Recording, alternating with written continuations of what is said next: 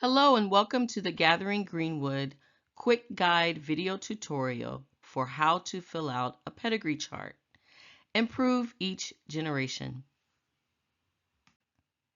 In this short video, I'll be guiding you step by step on how to fill out a pedigree chart and gather the documents you will need to prove you're descendant from a specific parent or grandparent.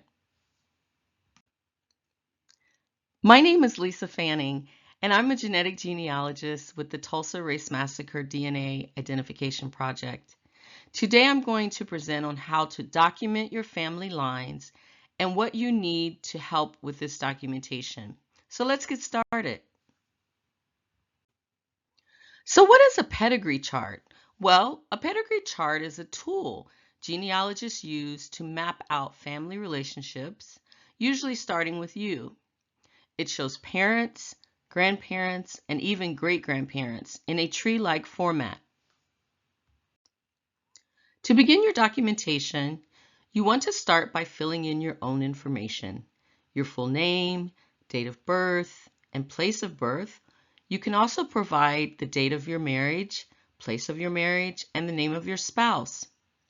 This information becomes the anchor for the rest of the chart. Please note the section where you will provide this information by locating the blue arrow in the chart. Next, add your father and mother. Include their full names, birth dates, birthplaces, and date and location of marriage. If they're deceased, include the death date and place too. Again, look for the blue arrows. Then add your grandparents. This is where written proof becomes important. You'll need documents that link you to each parent and each parent to their parents. To prove each link, you need one or more written records that name both generations. For example, a birth certificate usually lists parents. A marriage record or obituary may list parents or children. Census records often show family groups living together. Here's an example. This birth certificate shows you the fields where important information is recorded, especially who the parents are, even the maiden name of the mother. This record connects a person to their parents with documented proof. Each generation needs its own link. You might need to use a combination of sources, like a census record and a marriage record, to connect one generation to the next. That's called a proof chain. Here are some source document tips to help in your research. As you go, record full names and exact dates. Always note your sources. That way, others can follow your research and you won't lose track of where your information came from. So, use full names, including maiden names. Include complete dates, day, month, and year. Also, always list sources for every entry. Here are some questions to guide you through recording your sources. Whose work is it? What is it? Who created it? Where was it created? When was it created? Are there additional details required to find it again?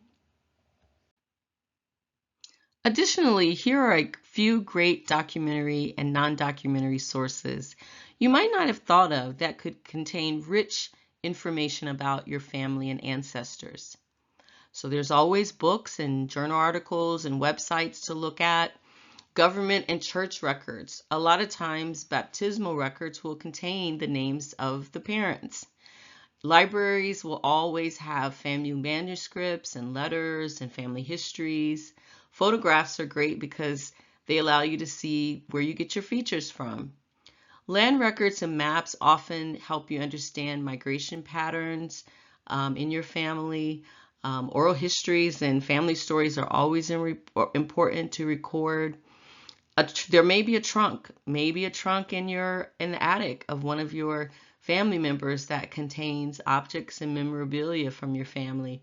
And the DNA is always important because it can connect you with individuals across the country that you didn't know that could eventually lead to ancestors that you learn about.